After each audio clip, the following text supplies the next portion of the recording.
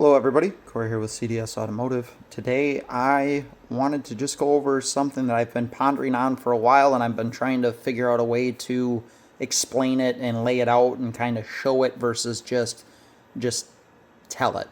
So today we're going to talk about value in relation to different shop types and structures. And this is based off of my observation of dealing with a lot of automotive repair facilities and businesses over my career, whether working for them directly, indirectly, subcontracting through them, offering services, working in-house for them, and all that. So I've broken it down into a few types that I've noticed over the years and that are very, very common. And perhaps you've run into these yourself and you've been frustrated why, the vehicle's not fixed, and you've been to X, Y, and Z, how many shops, how many times, how much money, maybe you're out of money, and why maybe looking at some of these things would be beneficial to you, because I've seen it from the inside versus a customer standpoint, where if you just take your vehicle in to be repaired, typically you're just looking at it from the outside in. So there's a lot behind it and a lot of intentional things and unintentional things, but we're just going to break this down quick and what you can kind of do to ensure that the facility you're taking your vehicle to, that you guys have a good relationship and a great understanding, and everybody wins. So we'll get into it. So the graphs here, A, B, and C, are different shop structures and types. And then on the right, we're just going to kind of go through, explain kind of what I've seen from the customer's end of things and the business end of things. And then we'll wrap it up. So shop A, I should explain the graphs here first. I apologize. So on our graphs, on our vertical scale, we're looking at quality. So higher in the graph, higher the quality, or on the graph, lower the quality. And then on the bottom, we're looking at dollar amount, price, right? So on the left would be a cheaper dollar amount or a lesser dollar amount, and to the right would be a higher dollar amount.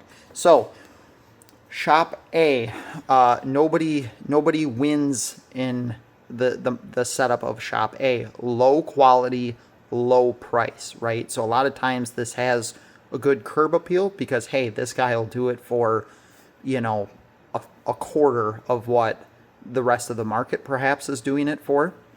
And oftentimes I see with this is the quality is very low, whether that's the workmanship or the parts or both, and the follow through, and the price is low, which if you've ever dealt with this type of repair facility, you know that in the long run, it's not typically cheaper.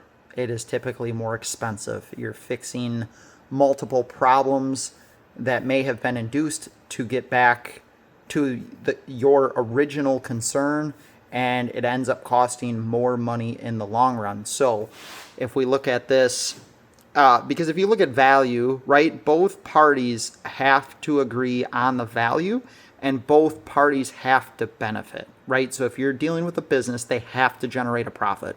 Otherwise, you won't stay in business. It's just the way it is. But if you are the customer, do not get value out of the service, you're not going to return, you're going to be out money, you're going to have to find somebody qualified to fix it, etc., etc. So in this case, what I typically have seen is it's a lose-lose. The business isn't making money, which in the long run is detrimental because you cannot stay in business without generating a profit. So these shops typically aren't around for a very long time, and you as the customer are very dissatisfied, and it ends up usually costing you more in the long run. So that is shop type A.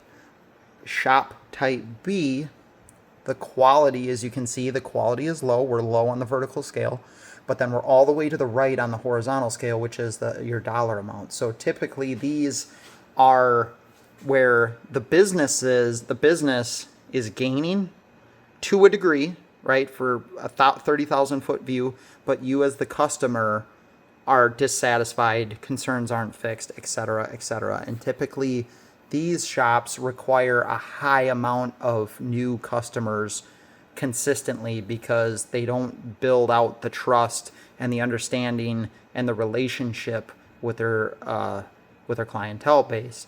So in this case, you, the customer, typically very dissatisfied. Again, your problem's likely not resolved. You've paid them a high dollar amount, and you likely still have to take it somewhere else to have it repaired, so it's even more expensive. These business types, it seem to be extremely transactional, and they don't really either care about customer relations, or it's kind of it is what it is to a degree. And a lot of the times they lack training, tooling, procedural stuff, service information. And to be fair, both of these shops, a lot of things that should be in place are not in place at all. In service information being one of them.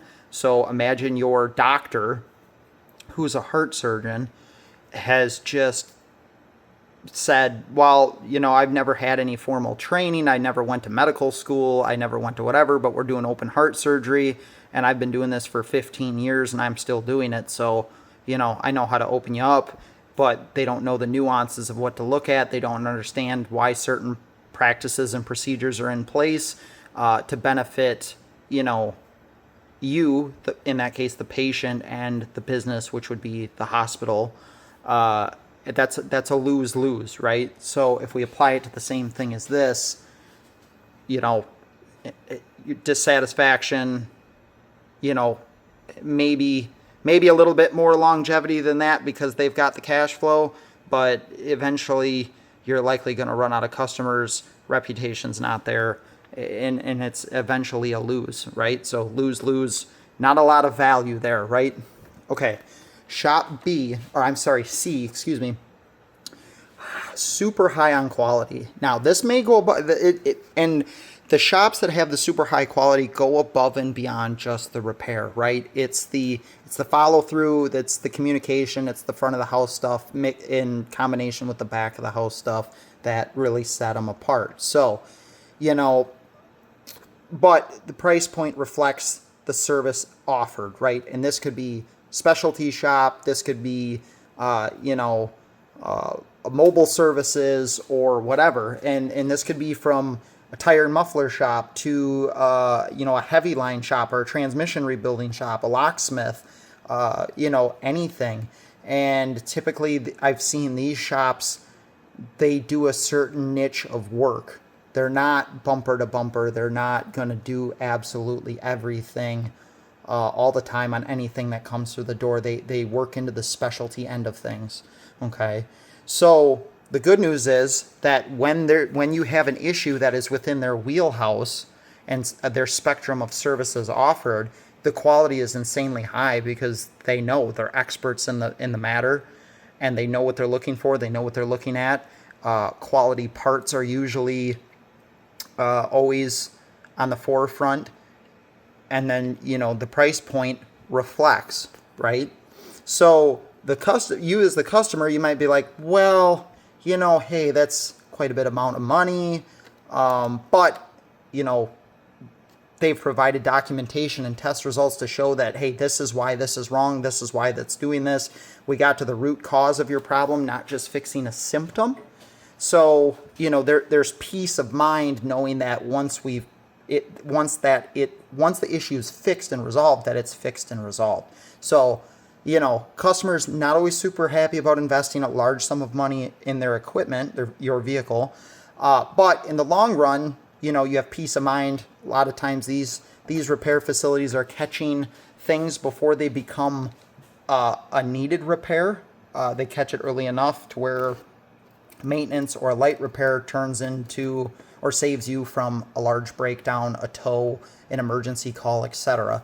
So the business benefits long-term and short-term. In the short term, they're building a relationship with you, they're building a rapport, and then you as the customer gain and build trust and faith in that business there's a relationship started there, quality's super high, and they're able to guide you through your vehicle's needs versus just looking at it through blinders and say, well, it's this, a lot of money, didn't fix it, move on to the next part, move on to the next thing, etc. So those are kind of the few things that I've seen, and this is just like to represent a demographic, a certain demographic. And all these structures vary, right? It's not demographic specific. You could have 20 shops in a city, and all of it could be any one of these scales or different variations of those scales.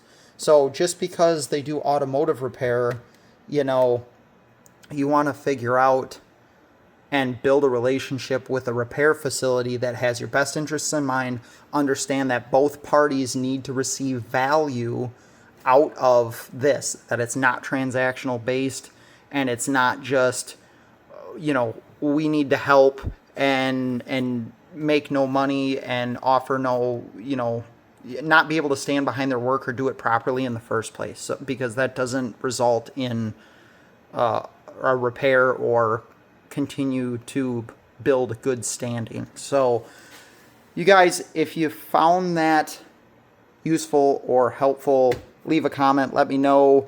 I know it's a little bit longer video, so if you stuck with it thus far, I appreciate it. And yeah, you guys just kind of think about that when you're looking for a repair facility to take your vehicle to, and understand that not all repair facilities handle everything bumper to bumper. I think as technology continues to increase at a very fast pace, I believe we're going to start seeing more specialty individuals, repair facilities, mobile solutions, etc. So, just be mindful for that. That might change the dynamic on, it might not be a one-stop shop for your vehicle to get repaired because of everything that's involved on these ever-changing vehicles. So have a great day, and we'll see you guys on the next one.